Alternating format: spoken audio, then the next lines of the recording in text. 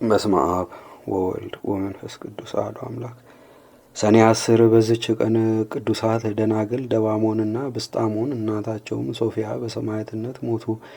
እንዲህም ሆነ፣ ስሙ ዋርስኖፍ የሚባል አንድ ሰው ነበረ። ኤጲስቆጶስነት ሊሾሙት በወደዱ ጊዜ ሸሽቶ ወደ ናባ አውራጃ እሊህ ደናግል ወዳሉበት ወደ ግህሞን ደርሶ በዚያ አደረ። በዚያችም ሌሊት የእግዚአብሔር መልአክ ተገልጦለት ከዚህ ለምን ትተኛለህ?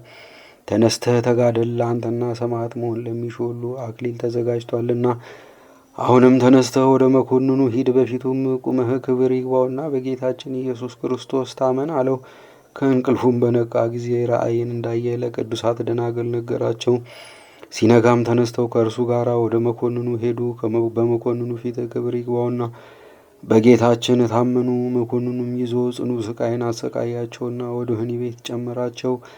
ከጥቂት ቀኖችም በኋላ ከዚያ አውጥቶ ከቅዱስ ዋርስኖፍ ጋር ወደ ስንሁር ላካቸው። እናታቸውም ትከተላቸው ነበረ። መኮንኑም ለአማልክት ዕጣን እጠኑ አላቸው። ባልታዘዙለትም ጊዜ ጽኑ ስቃይን አሰቃያቸው። እግዚአብሔርም መልአኩን ልኮ አጸናቸው፣ ቁስላቸውንም ፈወሰ። ከዚህም በኋላ መኮንኑ ከእርሱ ጋር ወደ ሀገረ ዕጻ ይዟቸው ሄደ። የጣዖታቱ ካህናትም ጣዖታቱን እንደምትረግም ስለ ቅድስት ደባሞን ነገሩት። እንዲሁም ባልንጀራዋ ዮና የምትባል ሴት እንዳለች ነገሩት። እነርሱም ህብራቸው በየራሱ የሆኑ መልካም ልብሶችን እየሰሩ ለምግባቸው ይሸጡ ነበር፣ የተረፋቸውንም ይመጸውቱ ነበረ። መኮንኑም የዮናን ዜና ሰምቶ ራሷን በሰይፍ እንዲቆርጥ ባለሰይፉን ላከው። የሰያፊውም ስም አውሎጊስ ነው። ወደ እርሷም በቀረበ ጊዜ ፊቷ እንደ መላእክት ፊት ብርሃንን ተመልቶ አየና ፈራ። እርሷንም ወደ መኮንኑ እንዲወስዳት እንጂ እንዳይገድላት የእግዚአብሔር ጸጋ አስገነዘበችው።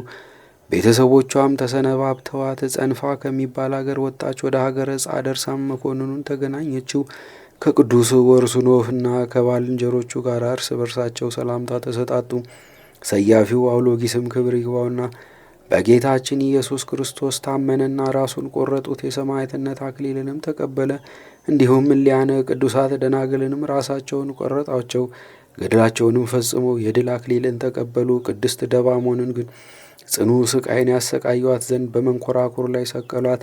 በዚህ ስቃይ ውስጥም ለብዙ ቀኖች ኖረች። የእግዚአብሔር መልአክም ያጸናት ያስችላትና ቁስሎቿን ይፈውሳት ነበረ። መኮንኑም ወደ ወህኒ ቤት አስገባት። በዚያም ጥቂት ቀን ኖረች። ወደ ፍርድ ሸንጎም አስቀርቦ ለአማልክት ሰዊ አላት።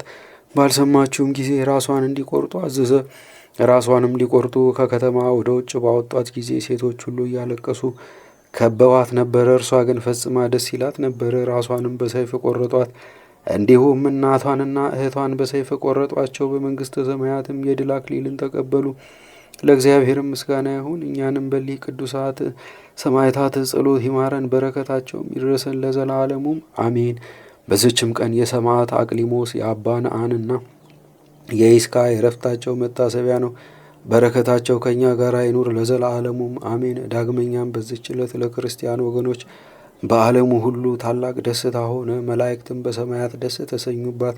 በዚች ቀን እውነተኛ ምእመን ከሆነ ከንጉሥ ቆስጠንጢኖስ ዘንድ የጣዖት ቤቶች እንዲዘጉ አብያተ ክርስቲያናትም እንዲከፈቱ ትእዛዝ ወጥቷልና ደስታን የተመላች ያች መልእክት ወደ እስክንድሪያ ከተማ እንደ ዛሬዋ ቀን በደረሰች ጊዜ ፈጽሞ ደስ ተሰኙ። ወደ ግብፅ አውራጃዎችም ሁሉ ላኳት። ምእመናን ሁሉ ስለ ቤተ ክርስቲያን ክብር ከፍ ከፍ ማለት ደስ አላቸው። የጣዖታት ቤቶችንም ዘጓቸው፣ አብያተ ክርስቲያናትንም ከፈቷቸው። እንደ ዛሬም በዚች ዕለት በዓል አደረጉ። ይኸውም ቆስጠንጢኖስ በነገሰ በ11 ዓመቱ ነበረ። ለእስክንድሮስም ሊቀ ጵጵስና በተሾመባት በመጀመሪያ ዓመት ነበረ።